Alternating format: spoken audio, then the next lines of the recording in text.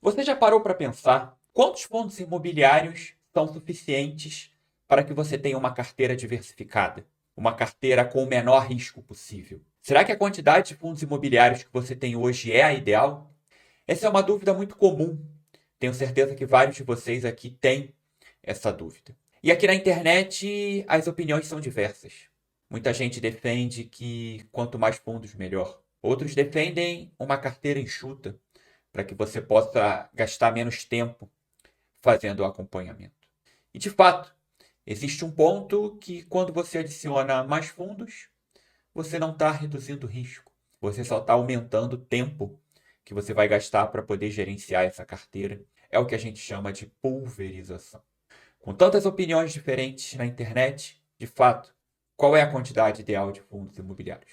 No vídeo de hoje, eu vou compartilhar como eu, Bruno, penso uma carteira diversificada para que você possa mitigar o risco e ter o melhor retorno possível, sempre ajustado ao risco. Uma coisa é consenso. Você não pode ter concentração num setor específico de fundos imobiliários. E aqui, o leque de opções é enorme. A gente tem fundos imobiliários de lajes corporativas, renda urbana, galpões logísticos, shopping center, imóveis educacionais, agências bancárias. As opções são infinitas. O que vimos nos últimos anos, principalmente durante a pandemia, é um setor devastado. Lajes corporativas, shopping center. Vimos vários desses fundos aí simplesmente zerando a renda, deixando de pagar dividendos por um período específico. Com shoppings fechados, os lojistas não tinham como arcar com o custo do aluguel. Com todo mundo sendo obrigado a trabalhar em home office do dia para a noite, várias empresas renegociaram contratos, entregaram áreas de escritório, e o que a gente vê ainda hoje é um setor muito cambaleante. É fato que o modelo de trabalho não é mais o mesmo. Nem 100% presencial, nem 100% home office. Parece que a gente caminha cada vez mais para um modelo de trabalho híbrido. Parte em casa, parte no escritório. E tem defensores de ambos os lados. Shopping center, esses de fato já se recuperaram totalmente. Os resultados que a gente vê hoje é muito superior a 2019, antes de tudo fechar. É um setor que se recuperou muito rápido. Então veja, se você tinha apenas fundos imobiliários de lajes e de shopping, certamente você foi muito afetado ali em 2020. Por outro lado, quem tinha fundos imobiliários do setor de galpões logísticos foi o grande vencedor. Com tudo fechado, só nos restava comprar online. Quem não tinha o hábito de fazer compras online teve que aprender, teve que adquirir esse novo hábito. E adivinhem, para que essas compras todas fossem processadas, a gente precisava ter uma logística cada vez mais eficiente, mais azeitada. E para isso é fundamental um galpão logístico bem localizado, próximo ao grande centro, para que as principais varejistas, como a Amazon, Mercado Livre, consigam de fato entregar o produto no menor tempo possível. Hoje, a gente já caminha para uma era onde o preço não é a única variável importante na hora da gente escolher se a gente compra o produto no site A ou no site B. O prazo de entrega tem muita importância. Por isso, galpões logísticos bem localizados passaram a ser muito demandados. O setor cresceu exponencialmente. Como a gente consegue saber como é que vai performar no futuro? A gente não tem poder preditivo. A gente não consegue, de fato, saber qual setor vai performar mais. O que a gente consegue, de fato, saber é exatamente como administramos a nossa carteira de fundos imobiliários. Como que a gente se expõe a cada setor. Não podemos nos esquecer dos fundos imobiliários de recebíveis. Aqueles fundos que não investem diretamente em imóveis, e sim em títulos de dívida. Sendo assim, me parece que uma carteira entre 8 e 12 fundos imobiliários é a mais adequada. Menos do que 8, a gente passa a abrir mão da diversificação. A gente fica concentrado em alguns poucos fundos. A depender do seu patrimônio investido, você pode ter um pouco mais, 13, 14, 15 fundos imobiliários. Mais do que isso, a gente já começa a entrar num outro ponto, que é o tempo que a gente vai levar para poder gerenciar essa carteira de investimentos. Mesmo sendo uma análise muito mais simples, quando a gente compara com ações, por exemplo, você vai precisar dedicar alguns minutos ali, todo mês, para ler os relatórios gerenciais, ver as movimentações dos fundos, olhar o que o gestor está comprando, está vendendo, se tem algum fato relevante específico que possa impactar o fundo. Isso você consegue dedicando aí apenas poucos minutos. Mas você vai precisar se dedicar. Então, ter 20, 25, 30 fundos imobiliários, como eu já vi aí muitos investidores terem na carteira, eu acho que é um completo exagero. Porque aquele fundo adicional que você inclui, ele não consegue diluir seu risco. Pensa alguém que tenha 30 fundos imobiliários e decidiu ter partes iguais entre eles. Ele vai ter 3%, 3,5% em cada fundo. O que esse fundo agrega a mais de retorno na carteira total, se ele for muito bem, é muito pouco. Principalmente quando a gente compara ao tempo que você vai ter que dedicar para esse fundo. Então, me parece que um número entre 8 e 12 fundos imobiliários é o ideal. Nem menos, nem mais. Mas e aí? Como é que a gente divide entre fundos de tijolo e fundos de papel? Se você estiver assistindo esse vídeo aqui no celular, no computador, eu peço que você anote, pausa o vídeo, anota, que a gente vai entrar na parte mais importante. Eu vou compartilhar o que eu, Bruno, penso para uma carteira de fundos imobiliários. O que eu, Bruno, penso para a montagem de uma carteira de fundos imobiliários, com pesos por cada setor e separando fundo de papel e fundo de tijolo.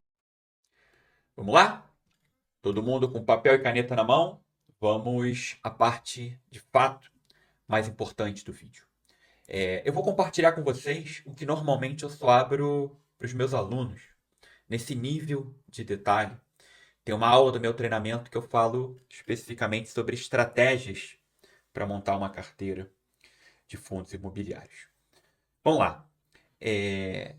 Primeiro setor, shopping center. Shopping center tem uma característica específica que é uma grande diversificação de receitas. Então, você não tem só a receita dos aluguéis. Você tem receitas vindas de aluguéis, de aluguel variável, receita de estacionamento, receita de publicidade, propaganda, mídia, receitas acessórias que compõem um shopping center. Só que tem um ponto ainda mais importante. Um shopping center, vamos imaginar que fosse um fundo imobiliário dono de um único shopping center. Só ali você já teria uma diversificação de inquilinos enormes. Quantas lojas tem um shopping? 100? 150 lojas? Você já teria aí mais do que uma centena de inquilinos. Shopping center, por si só, ele já traz uma diversificação, que ela é muito poderosa. Para quem quer ter uma carteira de investimentos mais enxuta, que é no mínimo ali com 8 fundos, dá para ter, por exemplo, um único fundo de shopping center.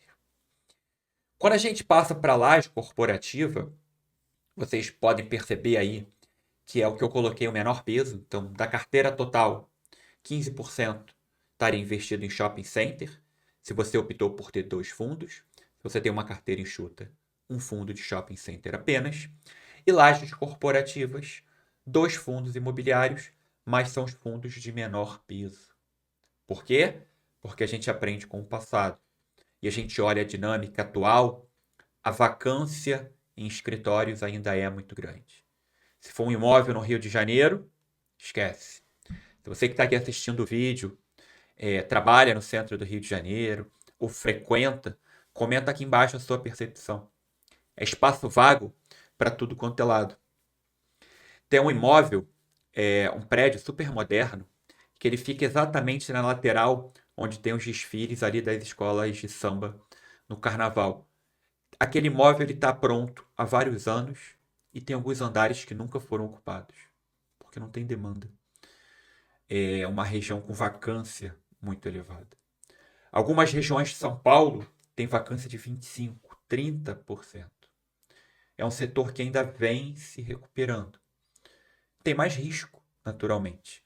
Então eu estimei aqui 10% do peso total da carteira em lajes corporativas, com um peso de 5% para cada fundo. Aqui eu acho importante ter ao menos 2 fundos, mesmo que você tenha uma carteira mais enxuta, porque se você tiver um, você vai acabar concentrando em um único fundo imobiliário. Próximo setor, galpões logísticos, é onde eu dediquei aqui o maior peso relativo dentro dos fundos imobiliários de tijolo. Galpão logístico muito forte, demanda muito aquecida, novos imóveis sendo construídos. E quando a gente olha métricas comparando Brasil, não vou nem comparar com o mercado americano, comparando o Brasil com seus pares emergentes, México, África do Sul, a gente vê que a penetração do comércio eletrônico ainda é muito pequena. O online ainda tem muito espaço para crescer. E aí faz sentido ter um peso maior num setor que é muito promissor de crescimento aí para os próximos anos. 3 fundos imobiliários de galpões logísticos, com um peso total deles de 25%. Pode dividir em pesos iguais. Aqui eu coloquei 2 fundos com peso de 10% e um fundo com peso de 5%. E dediquei ali 10% para um fundo de renda urbana, que normalmente tem imóveis de rua, comércio de rua, pode ser um imóvel alugado para um supermercado, que a gente chama de varejo alimentício. E esse setor, renda urbana, quando a gente olha, ele normalmente ele tem um foco em contratos atípicos. O que é isso, Bruno? Contratos atípicos são aqueles contratos cuja multa, em caso de rescisão, são todos os contratos a vencer. Imaginar que você tem aí um contrato com 20 anos de duração e, sei lá, no ano 5, o inquilino decide desocupar o imóvel, rescindir o contrato de forma antecipada. Ele vai precisar pagar todos os aluguéis dos próximos 15 anos de contrato. Ou seja, sempre que alguma empresa topa fazer um contrato do tipo atípico, é porque ela tem uma confiança muito grande que ela vai cumprir esse contrato até o final. E o fundo fica protegido. Se o inquilino quiser sair antes, ele vai pagar uma multa, que são todos os contratos a vencer. Se ele ficar no imóvel, ótimo, o contrato vai sendo reajustado todo ano por algum índice de inflação. Então são fundos muito resilientes. Então você não precisa ter 2 fundos de renda urbana. Um fundo de renda urbana é mais do que suficiente. E quando a gente olha para fundos de recebíveis, é onde eu acho que a atenção precisa ser maior. Quando a gente tem um fundo de tijolo, qual é o nosso medo? Vacância. O imóvel fica vago, a gente não conseguir alugar. É ruim, o fundo perde receita, mas você continua sendo dono do imóvel. Você vai buscar um inquilino novo. Se for uma rescisão antecipada, você vai ao mercado buscar um novo inquilino. Se for inadimplência por algum motivo, você vai e cobra na justiça esses aluguéis, você retoma a posse do imóvel. Em algum momento você vai conseguir alugar. Agora, a gente está falando de fundos de recebíveis. São fundos que não investem em imóveis. Eles investem em títulos de dívida imobiliária. E se a gente tem inadimplência, você tem risco de perda do principal também. Como você está emprestando dinheiro, você está concedendo crédito, se um desses CRIs ficam inadimplentes, você perde a receita vinda dos juros, mas você tem risco também de perda do principal. Basta ver os exemplos aí de HCTR, por exemplo, TORD, DEVA, fundos que enfrentam inadimplências crônicas. O dividendo despenca e você tem também risco de perda do patrimônio principal ali que você investiu. Como o risco é um pouco maior, naturalmente o dividend yield que esses fundos entregam também é maior. E tendo risco maior, a gente precisa diversificar mais. Enquanto que no shopping center lá era um risco bem pequeno, um fundo era suficiente. Aqui não. Aqui vocês percebam que eu coloquei 4 fundos de galpões logísticos. 4 fundos. Vocês vão perceber aqui que eu coloquei 4 fundos de recebíveis, com peso de 10% para cada fundo. Aqui, o meu foco é mitigar risco. Aqui, o meu objetivo é que se tiver inadimplência em algum CRI, esse CRI ele é pouco representativo dentro daquele fundo em específico e ele é ainda menos representativo dentro da minha carteira total de fundos imobiliários.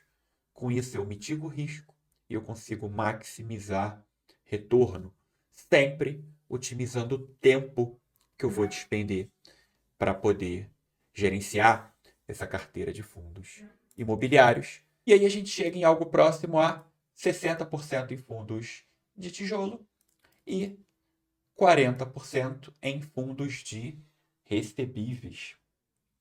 Isso aqui, turma, vai depender, por exemplo, do perfil do investidor, vai depender também do cenário macroeconômico, se você quer ter mais papel, se você quer ter mais tijolo.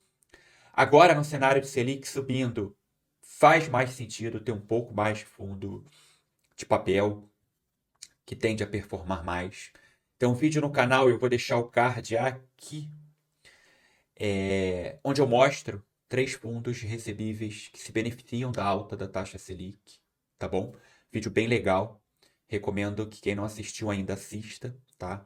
Aliás, se você está chegando aqui no canal agora, eu recomendo fortemente que você maratone os vídeos.